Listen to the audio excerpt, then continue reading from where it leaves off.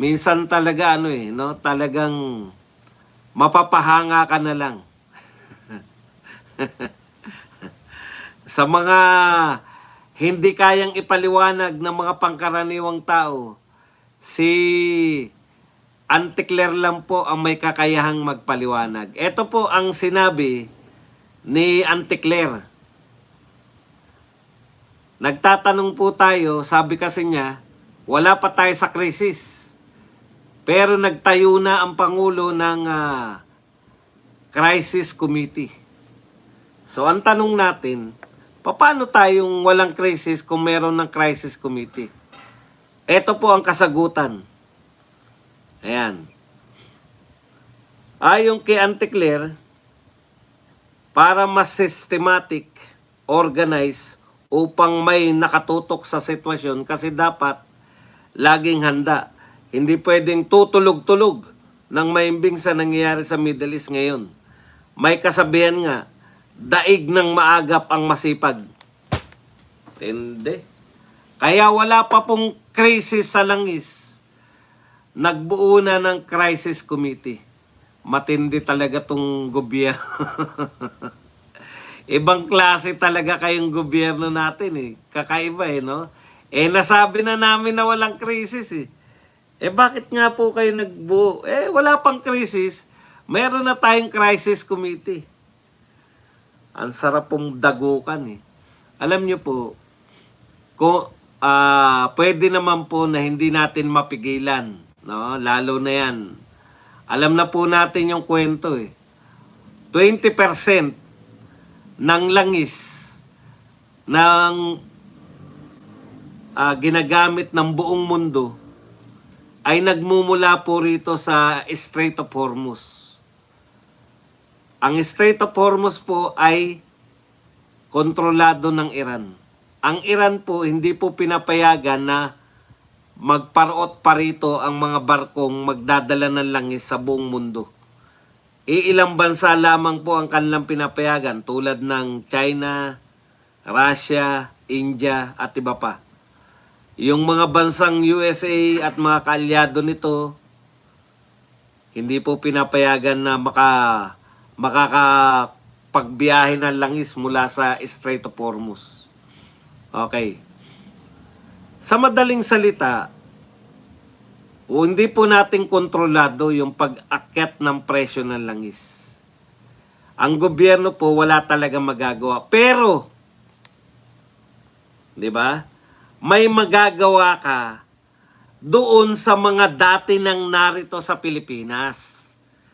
Yung papasok na mahal, bibilin mong mas mahal, wala kang magagawa, mahal ang tinda nila eh. Pero kung ikaw ay gobyerno na concerned, sabi nga ni Antikler, hindi ka tutulog-tulog at totoong maagap ka. Antikler, ang tanong ko lang sa iyo, kung maagap pa lang presidente ng Pilipinas, bakit tumaas ang presyo ng langis natin? Maaga pala, wala pang krisis. Nauunahan na eh, di ba? Ayan ang kahulugan ng maagap eh. Hindi po totoong maagap. Totoo, may krisis na tayo, kaya kayo nagbuo niyan. Ang paliwanag niyan, kaya kayo nagbuo ng crisis committee, parang ICI yan. Para mukha kayong may ginagawa kahit wala naman. Ang gobyernong to, walang plano, walang alam gawin, walang solusyon, kung hindi mamigay ng ayuda. Yun lang. Kung magtagal yan, ayuda lang ng ayuda. Wala talaga kayong plano. Ngayon, para mag-appear, to have a plan, to have something you are doing, pero sa totoo lang po, wala naman. ICI. Ito po ang model ni BBM, ICI model. Kunwari, sige, magtapatan po tayo, kayong lahat na nakikinig. May silbi po ba yung ICI o wala? Diba? Bobo na lang ang magsasabi na may silbi yung ICI. Bobo na lang po. Wala po talagang silbi. So, etong crisis committee, style ICI lang yan ni BBM. Di ba? Pag may nagtanong sa kanya, ano bang ginagawa nyo tungkol dito? Ano bang ginagawa nyo tungkol sa crisis dyan sa Middle East? Ay, bumuo na kami ng crisis committee. Tapos na.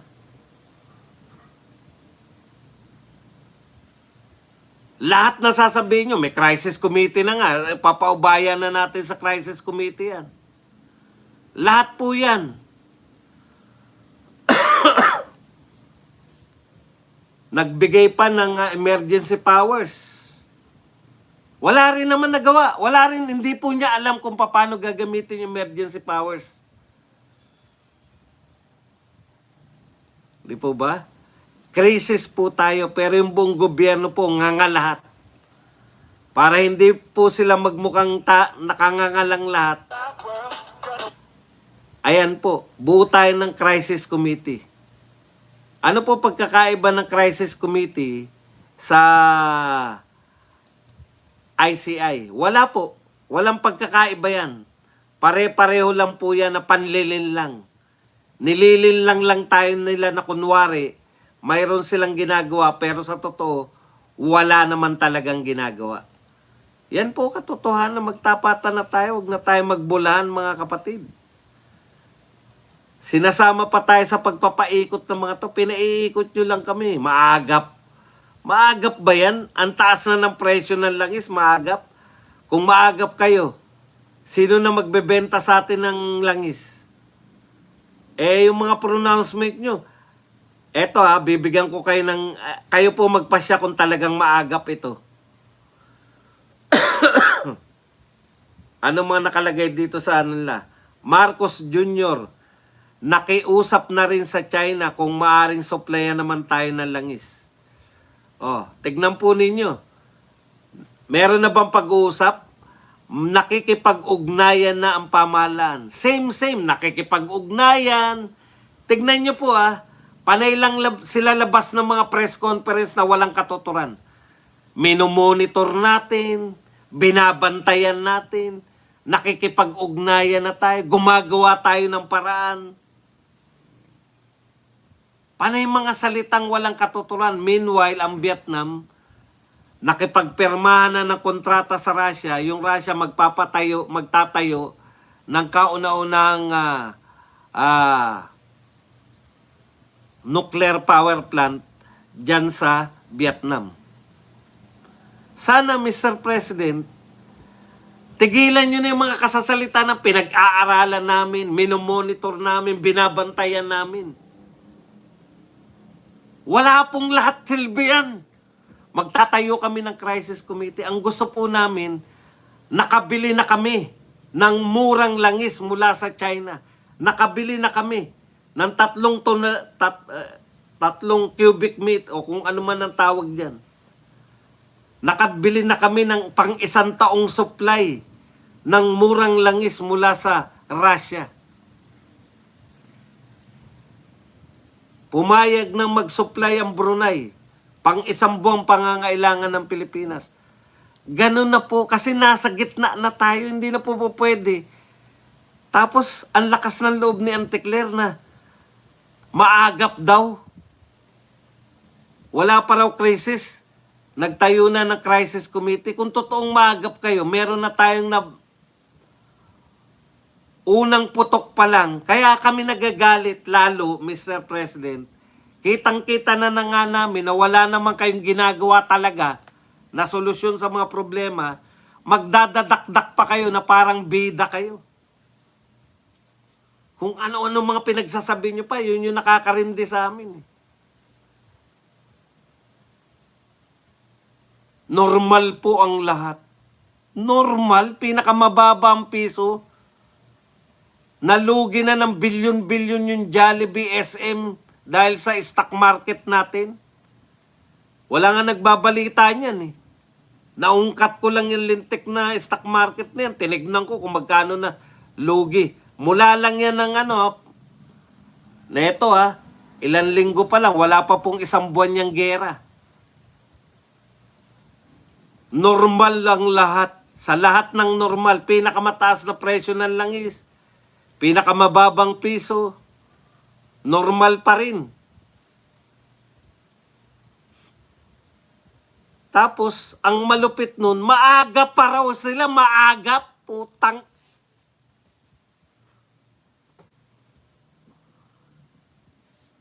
Tatawagin nyo pa yung sarili nyo na maagap. Antindi nyo. Huling-huli na nga tayo sa nagre-repatriate eh.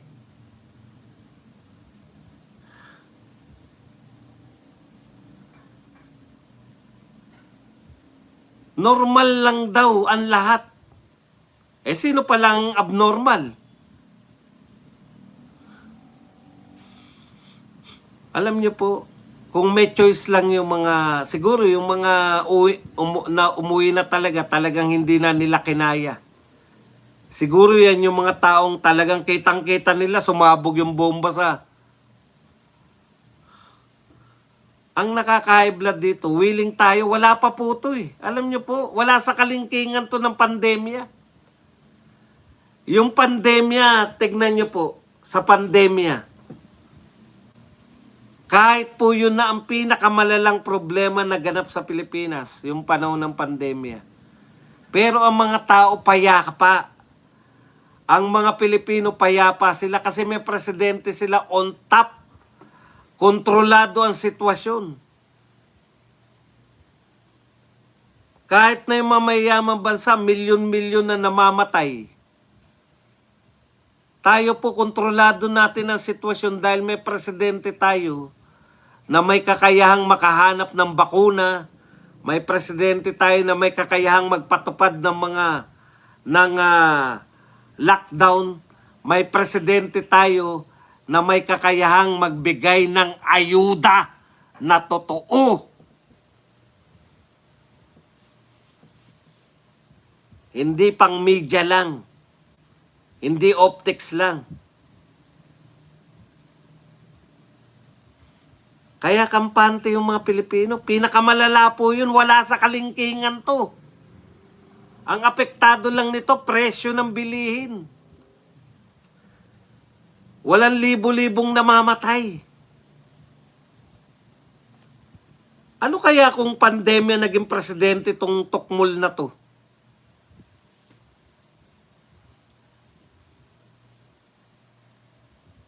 Problema natin. Langis.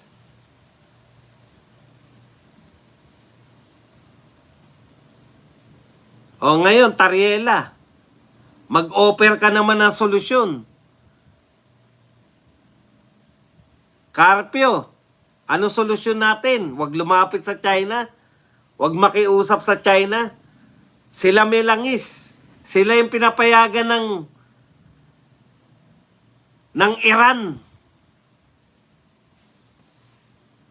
na maglabas-pasok sa Hormuz. Bumili ng langis sa mga China, Russia. Kaibigan natin dati. Pero dahil kay Tariela, pero yun yung kakampihan nyo. Tokes lang yung mga pinagsabi nyo. Binastos na nga. Nakita nyo ba si Xi Jinping yun? Ginawang cartoons. Eh kahit si BBM ginawa nun eh. Ng ibang bansa, magagalit din tayo eh. Pero pinangatwiranan nyo pa. O ngayon, anong solusyon nyo?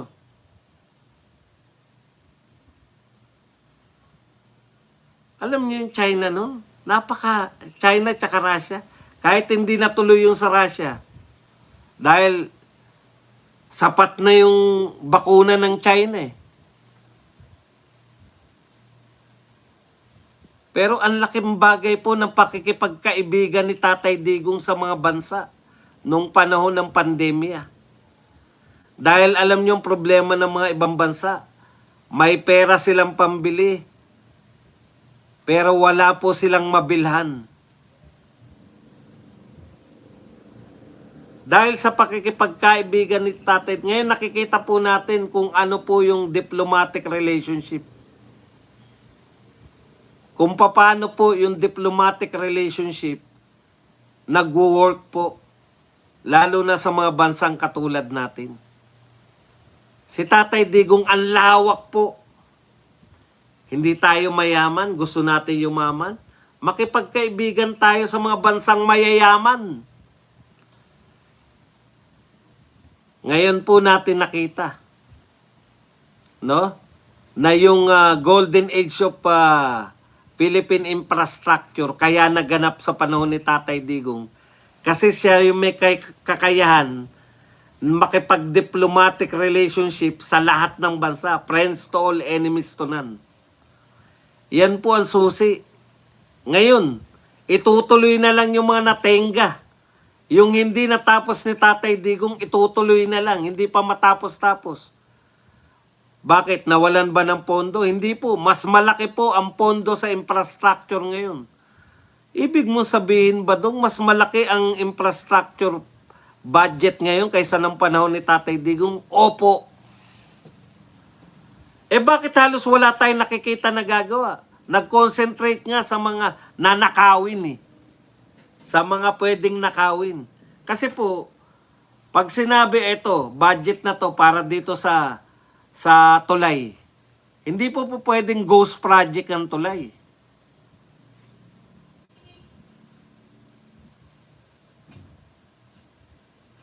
Hindi po pwedeng gawing mong ghost project yan. Kitang-kita yan Samantalang pag mga flood control po hindi nga natin alam Yung mga taga Bulacan nga, tinambakan daw sila ng flood control. Hindi nila alam na may flood control pala doon kasi ni isang araw walang gumawa Pero sa papeles, complete. May pirma pa, kompleto. Yung lahat ng pumirma na yun, lahat ng mga nagkapera doon, ayun, sa kasawiang palad, walang kaso lahat. Bakit? State witness Bakit nag-state witness ba doon? Restitution, nagsoli ng pera. Puta, kahit pala ikaw ng pinakamayaman na nakakuha ng pinakamalaking pera, basta nagsoli ka, state witness ka na. O, kita nyo sa Alcantara, yung mga tauhan niya, makukulong habang buhay. Pero yung boss, state witness ako Sino tuturo ko? Kayo. Yung mga tauhan ko. Okay lang buhay to. Ang galing. Si Bernardo, state witness din. Sino makukulong na malalaking tao? Panay state witness na yung mga ginawa nyo sa mga magnanakaw.